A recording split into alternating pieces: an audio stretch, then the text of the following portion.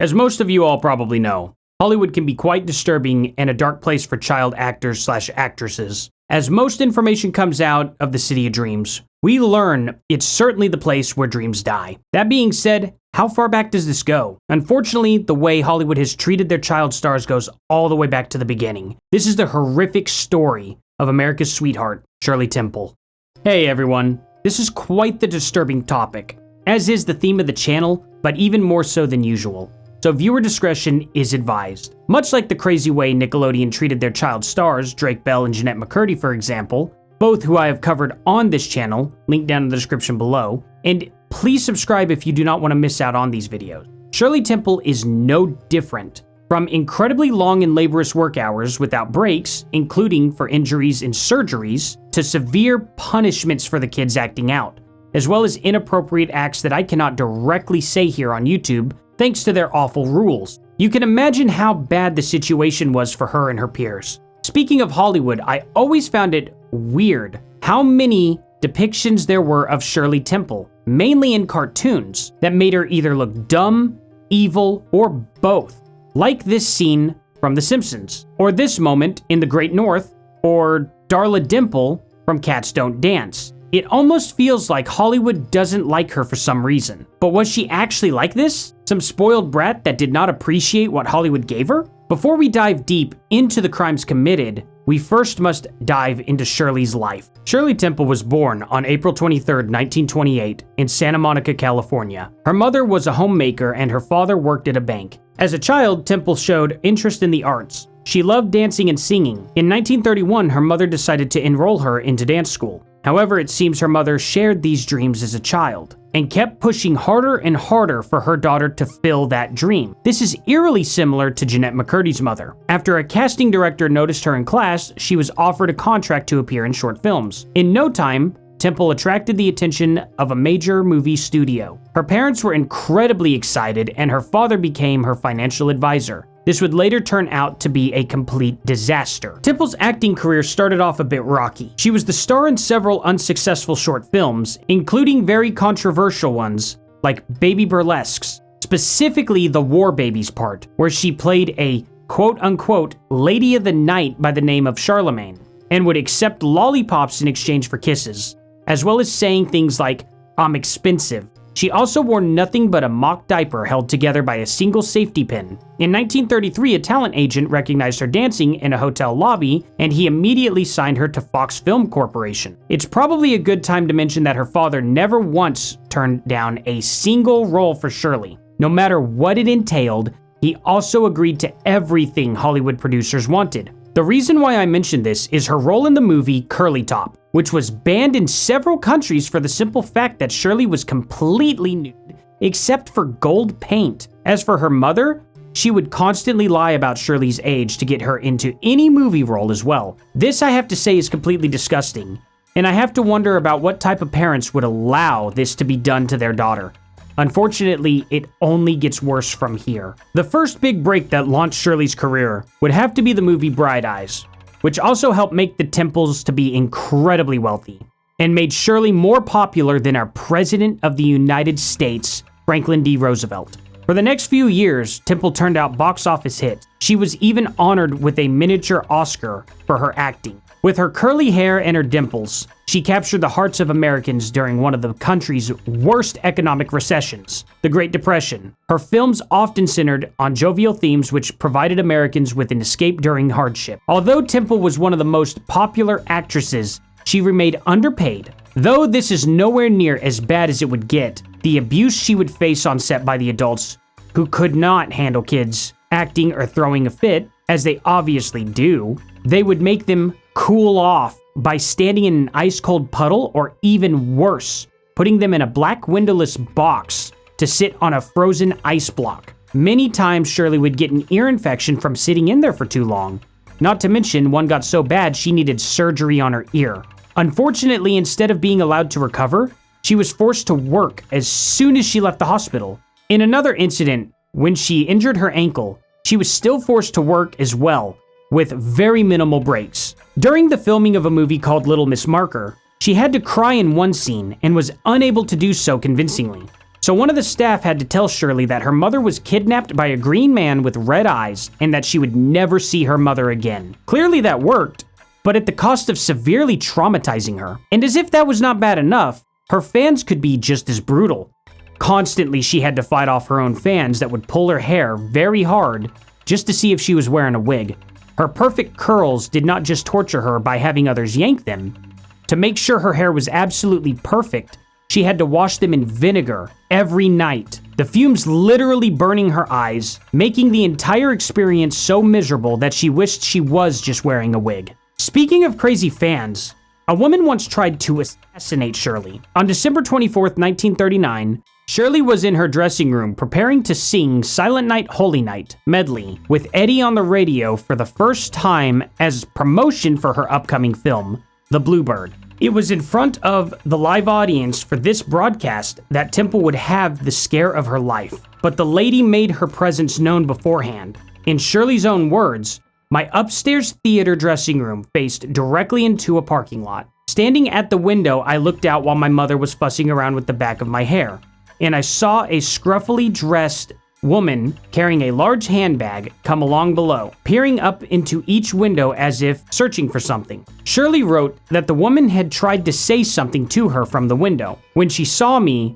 her face lit up with recognition. Scowling, she raised her fist and shouted something unintelligible. Shirley told her mother about the woman and was curious about what the woman was saying. Her mother closed the blinds and told Temple to concentrate on preparing for her performance. But Shirley wrote that her mother alerted theater officials, who alerted the police, who then alerted the FBI to the woman's strange behavior. Her mother's caution saved Shirley's life. I'm guessing that her mother heard what the woman was saying and took it very serious. When it was time to record, Temple joined Eddie on stage in front of the audience. By that time, the woman's gestures were, quote-unquote, out of Shirley's mind. But as she began to sing, Shirley saw the woman again, scowling at her from within the audience. Shirley recalled seeing two forms moving slowly down each aisle and glancing from side to side as she was singing. And then she noticed that the woman reached into her bag. Slowly, the woman rose like one transfixed, raising her gun until she pointed it directly at me. Now, the two men had spotted the woman, and both the men came crowding and stumbling past the extended leg of the seated patrons. Shirley said the woman would have had time to shoot before the police reached her, but she didn't. Why the woman did not pull the trigger before roughly being seized by the two men is hers to answer and mine to bless, said Shirley Temple. The next day, Shirley and her mother would find out why the woman did what she did. To quote Shirley again, the next day, an FBI agent called. The woman's firearm had been loaded and she had intended to kill me for stealing her daughter's soul. The woman believed that since Temple was born the same day that her own child was, who was born just a few hours before, had died, that Temple must have stolen her baby's soul so she could live. No child should have to undergo so much trauma. However, it's hard to blame the crazy lady when she indeed is crazy. And this was during a time period where mental illnesses were very hardly understood. What's even more ironic is Shirley Temple was not actually born that day. She was born about a year later due to her mother lying about her age. Unfortunately for the crazy lady, her theory never would have panned out in the first place anyway. Even weirder, as a child she had a crazy critic by the name of Graham Greene. He was a British writer that would shame her sexually, calling her all sorts of grotesque names that I cannot repeat on here. Long story short, he was sued by Shirley and he lost. After this, he would always refer to her as that little bitch. In 1940, Shirley was freed from her contract by 20th Century Fox due to her aging and her films not bringing in the big bucks anymore, which caused her and her mother to search around for a new contract. Unfortunately, they would make a stop at Metro-Goldwyn-Mayer, MGM, where the producer had her alone in a room and decided to whip it out for Shirley to see. Her response was to laugh and giggle, for she did not know what to do. The good news is it embarrassed him so much, he got angry and kicked her out. When she went to tell her mother about what happened, she responded with a similar story about how she was in another office across the hall, and that man came on to her. They ultimately decided they did not want to sign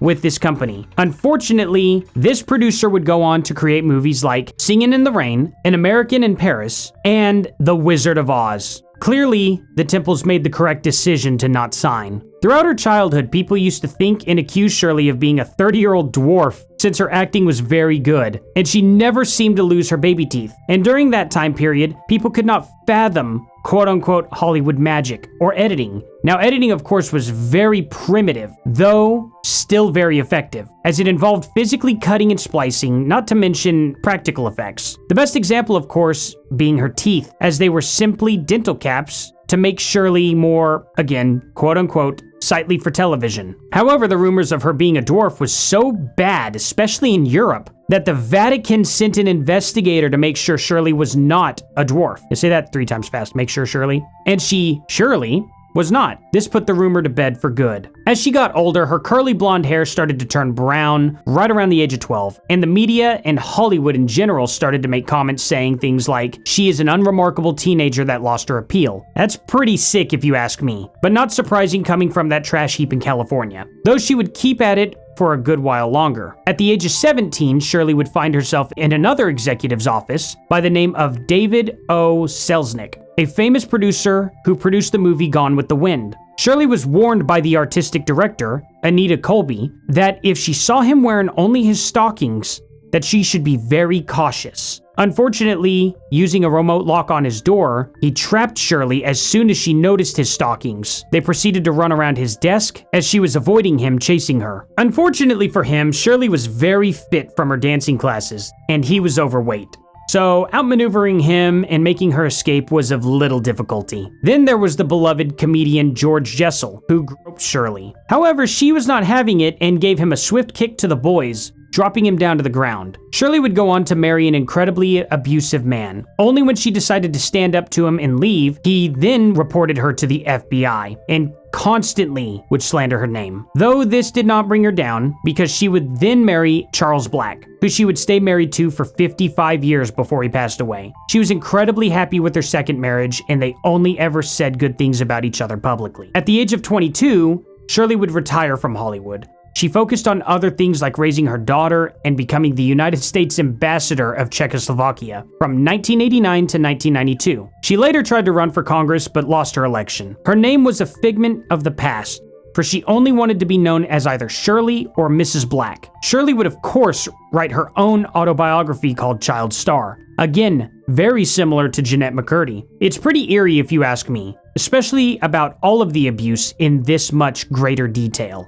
As for her work in Hollywood, what did she have to show for it? $3.2 million would have been right around the mark, but unfortunately her father spent all but $44,000 of it. Even though there was a court order to make sure a vast majority of it would go into a trust for Shirley to access when she became a legal adult, though she stated she had no ill will or any anger towards her father. Her allowance was a measly $13 a month during her time in Hollywood, which would be roughly less than $300 a month in today's currency. America's sweetheart had probably one of the most difficult lives a child could have, from underpaid child labor to severe physical and mental abuse. While we can tell ourselves that this was the 1930s, clearly things have not changed very much today in Hollywood. So I would like to take the time in this video to say, if you are going to make your child a star, please take caution. Do not allow anyone to be alone with your child, and always make sure to pay attention to your surroundings. Thank you all so much for watching. If you all enjoyed the video, please make sure you like and definitely subscribe. And remember, stay safe, be aware, and protect yourselves.